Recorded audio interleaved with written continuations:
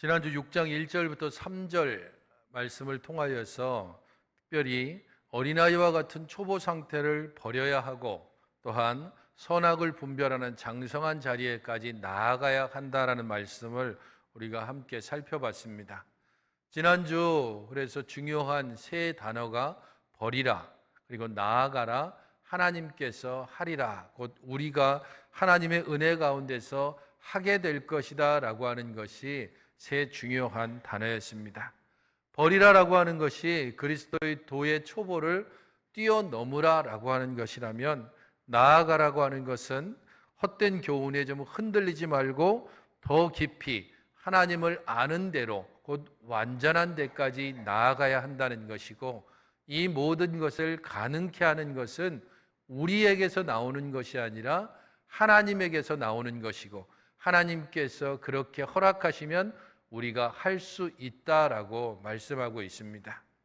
중요한 것은 이렇게 어린아이의 수준에 머물러 있지 않고 장성한 자리에 나아가는 것, 그런 일이 제대로 이루어지지 않으면 과연 어떤 결과가 이루어지는가, 그것을 다루고 있는 본문이 오늘 본문 말씀입니다. 지난주에도 말씀드렸던 것처럼 오늘 본문 말씀은 구원론과 관련해서 굉장히 중요하게 다뤄지고 있는 본문입니다. 그래서 구원과 관련해서 한 번 받은 구원이 취소될 수 있는가 없는가, 이 부분과 연관되어지고, 그것은 또한 우리가 함께 모이고 있는 이 장로교의 근간을 이루고 있는 예정론이냐 아니면 우리가 하나님을 선택할 수 있느냐라고 하는 부분과도 또한 연관되어지는 매우 중요한 부분입니다. 구원과 관련해서는 크게 두 가지 주장이 있을 수 있습니다. 그 첫 번째는 구원도 취소될 수 있다라는 겁니다. 표를 좀 보여주시면 좋겠습니다. 구원도 취소될 수 있다라고 하는 것은 자유의지론이라고 흔히 이야기합니다. 알미니안주의라고도 말을 하고 있고, 이렇게 한 번 받은 구원이 아니라 구원은 받았다가 취소될 수도 있고 다시 또 얻을 수도 있는, 그렇게 주장되고 가르쳐지고 있는 본문으로 오늘 본문이 쓰이기도 하고요. 또 오늘 본문을 가지고 구원은 결코 취소될 수 없다, 예정론과 칼빈주의와 관련되어진 본문으로도 또한 이야기되어지기도 합니다. 그런 면에서 오늘 본문을 준비하면서 논문도 읽어보고 구원론과 관련된 책도 보고, 그렇게 해서 원고를 계속해서 작성해 봤지만 이 부분들을 여러분들에게 전하는 데 있어서 다양한 학자의 견해, 이런 것들을 설교 때 이야기하면 또 성경 공부처럼 될까 봐 최대한 여러분들이 이해하기 쉽게 이 부분들을 접근해 보려고 합니다. 6장 4절부터 5절 같이 한번 여러분 읽어보시기 바랍니다. 4절 5절입니다. 시작.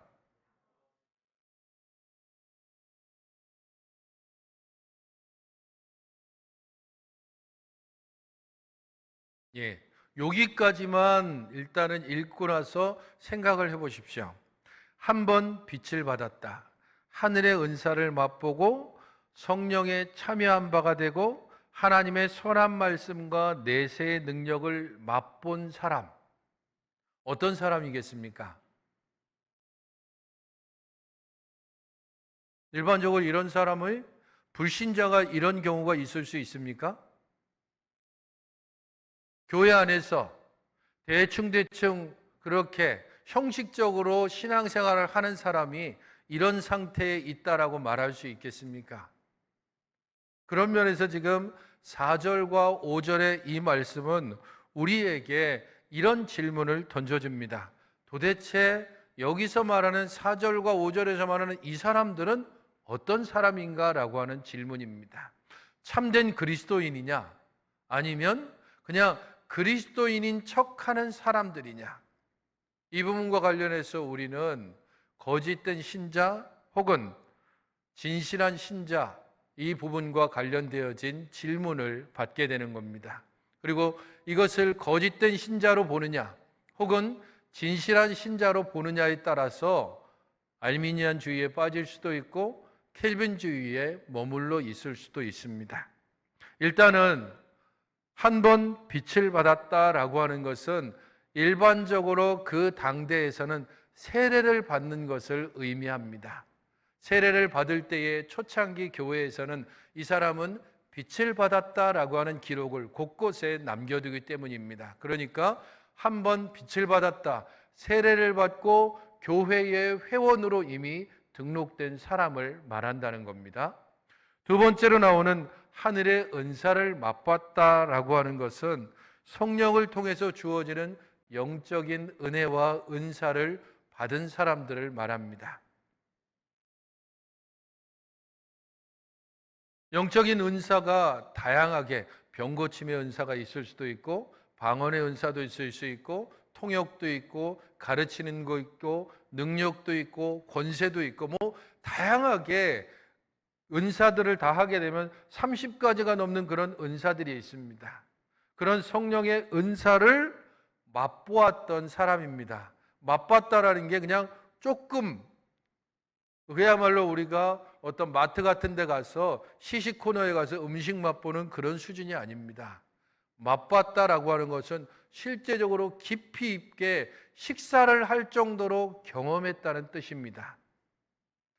세 번째 나오는 성령에 참여한 바 되고라고 하는 이 부분들은 성령을 통해서 함께 교제하며 또한 다양한 성령의 능력을 체험한 사람을 의미합니다.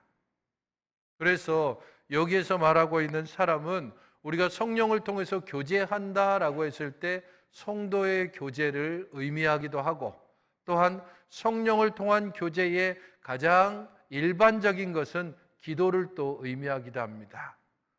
하나님께 기도하는 사람일 뿐 아니라 성령 안에서 함께 성도의 교제를 나누는 사람입니다.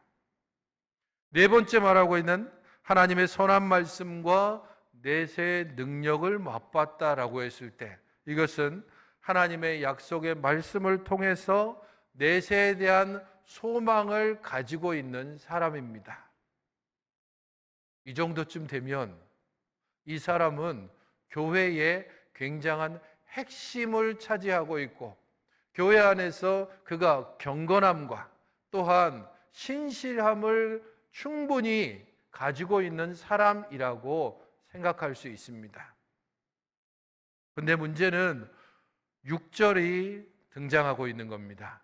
그런 사람들이 있는데 타락한 자들은 다시 새롭게 하여 회개하게 할 수 없나니 이는 그들이 하나님의 이름을 다시 십자가에 못 박아 드러내놓고 욕되게 함이라라고 하는 이 말씀 때문입니다. 4절과 5절 말씀을 볼 때에 진실하고 경건하며 중생의 체험을 하고 하나님 앞에 회개해서 온전한 그리스도인, 우리는 거기에 대해서 충분히 동의할 수 있습니다. 하지만 6절 말씀은 우리로 하여금 불편하게 만드는 겁니다. 그런데 그런 사람이 타락할 수 있다라는 겁니다. 그런 사람이 다른 곳에서 이야기하면 배반할 수 있다라고 이야기하고, 그런 배반하고 타락한 이 사람은 다시 회개할 수 없다. 왜 그런가? 그 사람이 그리스도를 다시 십자가에 못 박는 그러한 욕된 행동을 하는 사람이기 때문이다라고 가르칩니다. 구원받은 자가 다시 이 구원을 잃어버릴 수 있는가? 그리스도를 신실하게 고백했던 사람이 그리스도를 저주하고 돌이킬 수 있는가? 우리 하나님을 향하여 신실한 고백을 했던 그러한 신자가 타락해서 영원히 하나님께 돌아오지 않는 그런 일이 있을 수 있는가? 장로교 배경에서 교육받고 자라난 우리들 대부분 사람들은 거기에 대해서 그럴 수 없다라고 분명하게 배워왔고 또 거기에 대해서 우리는 동의합니다. 하지만 다른 몇몇 교단들 중에서는 이 교파 가운데서 그 가르침이 구원이 취소됐다가 다시 얻어질 수도 있고, 그래서 우리 편에서 하나님께서 우리를 선택하시지만 우리가 하나님을 선택할 줄 알고 하나님이 우리를 선택했다라고 가르치기도 합니다. 그래서 이 부분들은 어떻게 받아들이냐에 따라서 서로 관점이 전혀 다르기도 하고 각각 다른 교파 가운데 머무를 수밖에 없습니다. 그런 면에서 이 두 가지는 첫 번째, 진실한 신자의 관점에서 찾아볼 수 있습니다. 아까 이야기한 대로 진실한 신자의 관점, 그것은 여기서 말하는 사람은 진짜 신자다. 그런데 이 진짜 신자도 타락할 수 있다. 우리 자유의지에 따라서 하나님을 선택할 수도 있고 하나님을 버릴 수도 있다는 겁니다.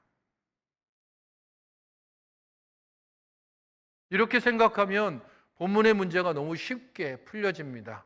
왜냐하면 타락한다라고 말하고 있기 때문입니다. 하지만 정말 본문의 말씀이 그렇게 가르치고 있는 것일까? 그것은 4절과 5절의 이 말씀을 거짓된 신자의 관점에서 보는 것입니다. 거짓된 신자, 그것은 우리가 고백하고 있는 예정론에 의미하는 것이고 또한 칼빈주의의 기초에서 이야기합니다. 하나님께서 우리를 선택하시고 우리를 구원하시기로 작정하셨다. 그것이 바로 예정론입니다. 그리고 이 작정은 우리를 살펴보다가 제가 진짜 구원받을 수 있나 없나 그것을 하나님이 깊이 심사해보고 그것에 따라서 우리를 구원하신 것이 아니라 창세 전부터 우리를 구원하시기로 이미 작정하셨다는 겁니다. 이런 말씀은 성경을 통해서 다양하게 증거됩니다. 곧 하나님의 구원은 결코 취소될 수 없다는 사실입니다. 6장 17절을 보십시오. 6장 17절에는 하나님은 약속을 기업으로 받는 자들에게 그 뜻이 변하지 아니함을 충분히 나타내시려고 그 일을 맹세로 보증하셨다라고 말씀하고 있습니다.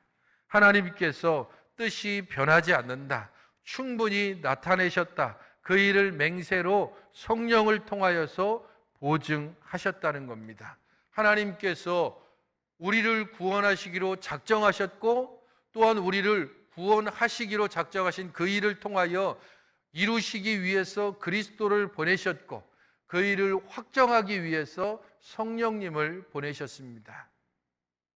여러분들에게 끊임없이 말씀드리지만 삼위 하나님이 우리를 구원하시기 위해서 하신 일들, 그 일들을 각각 설명하면 이렇습니다. 하나님은 작정하시고 예수님은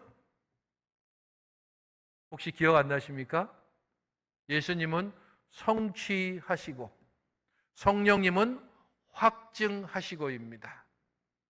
하나님은 어떻다고요? 성부 하나님은 작정하시고 성자 예수님은 성취하시고 성령 하나님은 확증하시고 우리의 구원을 위해서 이 삼위 하나님께서 이렇게 함께 협력하여 역사하셨습니다. 그 일은 결코 우리 자신들의 어떤 행위를 통하여서 취소될 수 없습니다.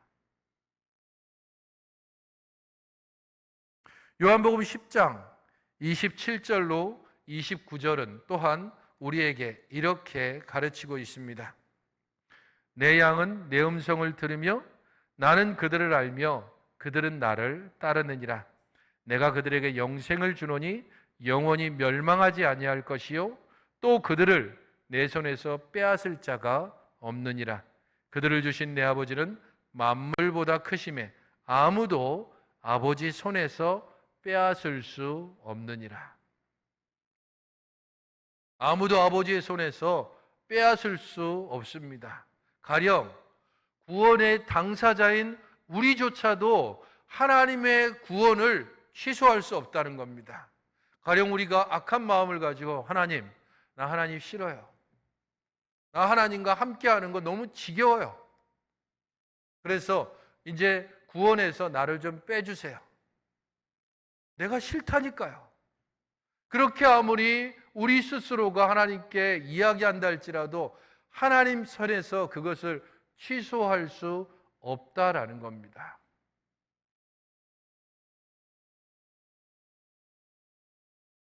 로마서 8장 29절 30절은 우리에게 잘 알려진 말씀입니다. 하나님이 미리 아신 자들을 또한 그 아들의 형상을 본받게 하기 위하여 미리 정하셨으니 이는 그로 많은 형제 중에서 맏아들이 되게 하려 하심이니라. 또 미리 정하신 그들을 또한 부르시고 부르신 그들을 또한 의롭다 하시고 의롭다 하신 그들을 또한 영화롭게 하셨느니라. 미리 정하셨고 때를 따라서 부르셨고 그리고 또한 영화롭게 하셨다라고 우리에게 말씀해 주고 있는 것입니다. 이런 모든 것들이 실제적으로 우리에게 하나님께서 우리를 구원하시기로 작정하시고 그리스도를 통하여 성취하시고 성령님을 통하여 확증하셨다는 사실을 알려줍니다. 그러면 오늘 본문인 4절과 5절에 나오는 이 사람들을 결코 진실한 신자로 볼 수 없다는 겁니다. 이들은 외적으로는 그리스도인의 자격과 행동을 보이기는 하지만 실제적으로는 믿음이 없는 자라고 그렇게 볼 수 있다는 겁니다. 높은 특권이나 특별한 은총을 받은 사람일 수 있습니다. 몇 번이나 이야기하지만 교회 안에 나름대로 직분을 받기도 하고 또한 교회 안에서 실제적으로 그가 상당한 영향력과 경건의 유익을 끼치는 사람일 수 있다는 겁니다. 그럼에도 불구하고 그런 그가 결국 타락할 수도 있다는 사실을 우리에게 알려주는 그런 이유는 무엇일까? 그것은 구원에 대한 가르침이 각각의 상황에 따라서 필요하기 때문이라는 겁니다. 가령 구원의 안전성을 보증하는 조금 전에 읽었던 요한복음이나 로마서나 그리고 히브리서의 곳곳에 나오는 말씀들, 그것은 구원에 대해서 불안을 느끼는 사람들에게 우리의 구원이 완전하며 흔들리지 않는다는 사실을 알려주기 위해서 그 말씀을 주셨습니다. 우리의 구원은 누구도 흔들 수 없습니다. 우리의 구원은 우리 자신조차도 흔들 수가 없습니다. 하나님의 작정하신 그 일을 그 어느 누구도 폐기하거나 취소할 수 없다는 사실은 때때로 내가 정말 구원받았을까? 내가 진짜 이렇게 사는 것을 통해서 과연 하나님의 자녀라고 할 수 있을까라고 하면서 하나님 앞에 이런저런 의심이 들거나 때로는 그 의심을 사탄이 활용할 수 있을 때에 이 말씀을 통하여 우리에게 주십니다. 우리의 구원은 견고하며 영원하며 흔들리지 않는다는 사실을 알려주기 위하여 구원의 완전성을 우리에게 주시는 구절들이 있습니다. 하지만 오늘의 말씀처럼 이렇게 완전해 보이는 그리스도인 중에서도 타락해서 그리스도를 욕보이는 자들이 있을 수 있다라고 하는 경고의 말씀을 주시는 이유가 무엇이겠습니까? 그것은 자칫 우리의 구원은 완전해 이러면서 그저 구원의 완전성을 믿으며 자신의 일반적인 삶, 자신의 영적 상태를 제대로 돌아보지 않고 영적으로 위기 상황이나 혹은 위험이 왔는데도 하나님이 우리를 구원하실 거야. 하나님의 구원은 완전하다고 했어. 라고 하며 스스로 느슨한 상태에 빠지는 것을 경고하고 또한 그들에게 경각심을 일으키기 위해서 이 말씀을 우리에게 주고 있습니다. 성도 여러분, 히브리서를 지금 받고 있는 수신자들, 그들은 지금 흔들릴 수 있는 상황 중에 있는 사람도 있고 또 어떤 이들은 그들의 삶이 구원받은 자로서의 온전한 삶을 보이지 않음에도 불구하고 하나님이 나를 구원했으니까, 나는 이미 구원의 티켓을 받았으니까 라고 하면서 마음대로 행동하는 두 가지 부류의 사람이 함께 있었습니다. 그들 모두에게 이 말씀은 구원은 영원하다라는 것과 아울러서 이 구원이 취소될 수도 있다라고 하는 경각심을 동시에 주고 있습니다. 그러므로 우리는 이 본문 말씀을 보면서 하나님의 구원의 영원성에 대하여서 안심할 뿐 아니라 구원받은 것처럼 보이는 그들에게도 배교할 수 있는, 타락할 수 있는 여지가 있다는 사실을 두려움 가운데 우리는 받아들여야 합니다. 7절과 8절 말씀이 바로 그 부분과 관련해서 우리에게 보충적인 설명을 주고 있습니다. 7절, 8절 말씀을 보십시오. 땅이 그 위에 자주 내리는 비를 흡수해서 밭가는 자들이 쓰기에 합당한 채소를 내면 하나님께 복을 받고, 만일 가시와 엉겅퀴를 내면 버림을 당하고 저주함에 가까워서 그 마지막은 불사름이 된다라고 말씀합니다. 땅이 비를 통해서 먹기에 합당한 채소를 내면 복을 받지만, 똑같은 상황에서 가시와 엉겅퀴를 낸다면 불에 던져서 사르게 된다는 겁니다. 여기에서 말하는 땅은 우리의 상태를 말합니다. 비는 하나님의 말씀 혹은 영적인 은혜를 비유적으로 말해주고 있습니다. 열매는 당연히 하나님께서 내려주시는 그 은혜를 통해서 우리가 맺을 실제적인 반응이고 하나님께 드릴 열매를 이야기합니다. 밭에 채소를 심고 거름을 주는 이유는 단 한 가지입니다. 열매를 바라기 때문입니다. 사진을 한번 보시겠습니까? 아까 말씀을 준비하다가 불현듯 생각이 나서 포도밭 쪽으로 나가서 사진을 찍었습니다. 여러분 보시기에 오른쪽에 있는 것, 감나무죠. 작년에는 처음으로 감나무를 심은 후에 처음으로 감이, 그야말로 가지가 휘어질 정도로 감이 주렁주렁 열렸습니다. 근데 올해는 어떻죠?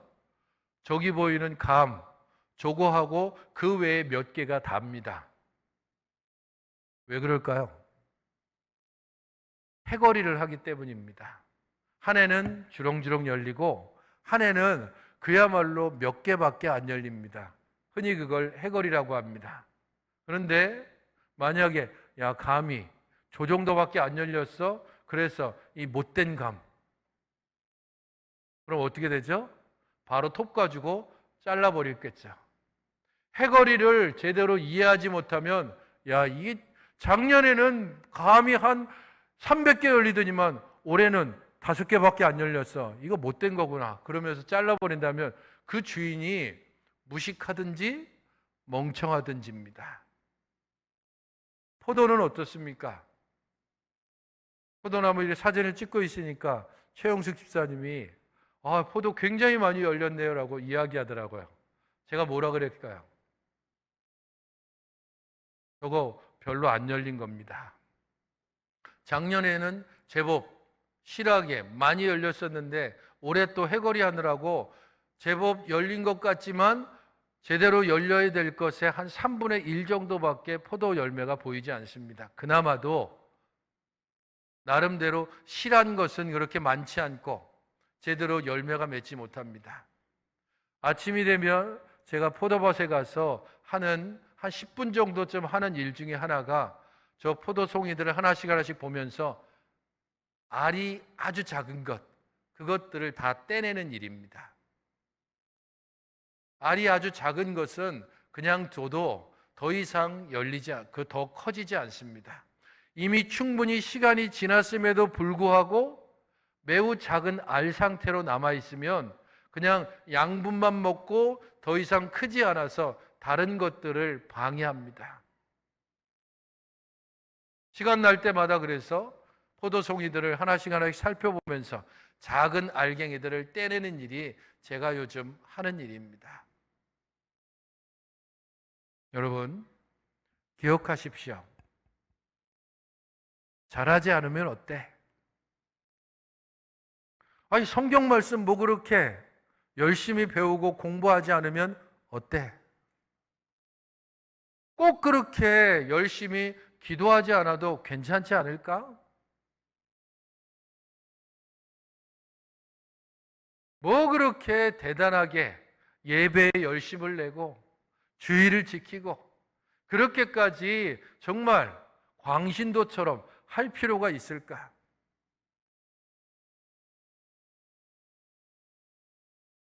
그렇게 반드시 해야 되는 이유는 자라나지 않으면 그대로 썩어버리기 때문입니다. 특별히 제가 포도나무를 기르면서 가장 확실하게 깨달은 것은 포도 송이들이 이렇게 열릴 때에 어떤 것은 자라는데 어떤 것은 자라지 않습니다. 아주 작은 상태로 계속 머물러 있는데 처음에는 아까워서 저게 자라겠지. 그래서 따지 않았습니다. 근데 몇 해를 지나면서 계속 봤을 때 자라야 될 때 자라지 않는 포도송이는 결국은 썩어버리거나 그냥 양분만 계속 먹으면서 그 상태로 끝납니다. 빨리 따주지 않으면 다른 것들에도 좋지 않은 영향력을 미칩니다. 그것은 포도송이인 것처럼 보이지만 더 이상 자라지 않기 때문에 포도로서의 역할을 감당하지 못하고 열매를 제공해 주지 않습니다. 자라야 할 때 자라지 않고 계속해서 젖만 먹고 어린아이와 같은 상태에 머물러 있는 이들, 그들은 어느 만큼 말씀의 은혜를 입기도 하고 어떤 때 성령의 큰 은사 때문에 때로 아이 같지 않게 놀라운 그러한 상태를 보여주기도 하지만 그 아이의 상태를 벗어나지 않는 한 결국 그는 열매로서의 기능을 하지 못하고 진실된 신자가 아님을 마지막에 보여주게 될 것이고 스스로도 깨닫게 될 것입니다. 하나님께서 우리에게 비를 내려주시듯이 은혜를 내려주시고 하나님의 말씀을 통하여 우리에게 끊임없이 영양분을 공급해 주는 이유는 자라게 하기 위해서입니다. 자라지 않으면 온전한 열매가 되지 못합니다. 그냥 파랗게 아주 작게 포도 송이로서의 그러한 모습은 갖추고 있지만 포도로서 우리가 먹을 수 없는 열매가 되고 만다는 겁니다. 그러므로 성도 여러분, 진리의 말씀을 깨닫고 하늘의 은사를 맛보고 병을 고치거나 특별한 능력을 행하는 그런 성령의 은혜를 체험하고 기도하며 성도의 풍성한 교제를 나누는 우리들이 단순히 그것을 자기 만족에만 그치고 주 안에서 계속해서 영적으로 자라가지 않는다면 우리는 거짓된 신자로 마지막에 결정되고 판명나고 결국은 불사름을 당하게 될 것임을 두려움 가운데 이해하고 또한 우리 자신이 그렇지 아니한지를 항상 두려움 가운데 스스로를 돌아보아야 합니다. 하나님의 은혜는 결코 중단되지 않고 하나님의 은혜는 결코 그냥 흘려보내는 법이 없습니다. 그의 자녀들을 향하여 하나님이 주시는 놀라운 은혜를 택함받은 자녀들은 기쁘게 받아먹고 힘차게 자라나며 온전한 열매로 하나님께 드려질 것입니다. 그러나 그렇지 않은 자들은 주 안에서 함께 있는 것 같지만 어느 정도쯤은 자라는 것처럼 보일지라도 더 이상 성장하지 않고 멈춰서 결국은 다른 이들에게 좋지 않은 영향력을 미쳐 마지막에는 불사름을 당하는 그러한 운명을 맞이하게 될 것입니다. 우리가 자라야 되는 이유는 분명합니다. 참된 신자는 반드시 자라기 때문입니다. 참된 신자는 결코 배교하지 않습니다. 결코 이 하늘의 은사를 그냥 받아먹기만 하고 그 자리에 머물러 있지 않습니다. 진정한 하나님의 백성은 그 하나님의 은혜를 통하여 함께 자라가 하나님의 은혜에 합당한 온전한 열매를 맺는다는 사실을 기억하면서 우리가 온전히 자라도록 주께 시선을 고정시키고 우리 주에 내리시는 은혜를 우리의 영으로 받고 우리의 몸으로 받고 우리의 삶을 통하여서 온전히 아름다운 열매로 주 앞에 드리시는 여러분들이 되시기를 주님의 이름으로 축원합니다. 하나님 아버지, 저희의 모든 삶을 주의 은혜 가운데 새롭게 하시고 온전케 하여 주셔서 다시 그리스도를 욕되게 하는 것과 같은 거짓된 신자의 삶을 살지 아니하고 진실한 성도로서 하나님이 주시는 은혜를 받고 그 안에서 자라가며 복된 열매로 우리 하나님 앞에 드려지는 저희들의 온전한 삶이 되도록 날마다 저희들을 지켜주시고 날마다 저희들을 새롭게 하시고 날마다 하나님께 우리의 마음을 들어 주께 시선을 고정시키는 진정한 성도로서의 삶을 살게 하여 주시옵소서. 예수님의 이름으로 기도하옵나이다. 아멘.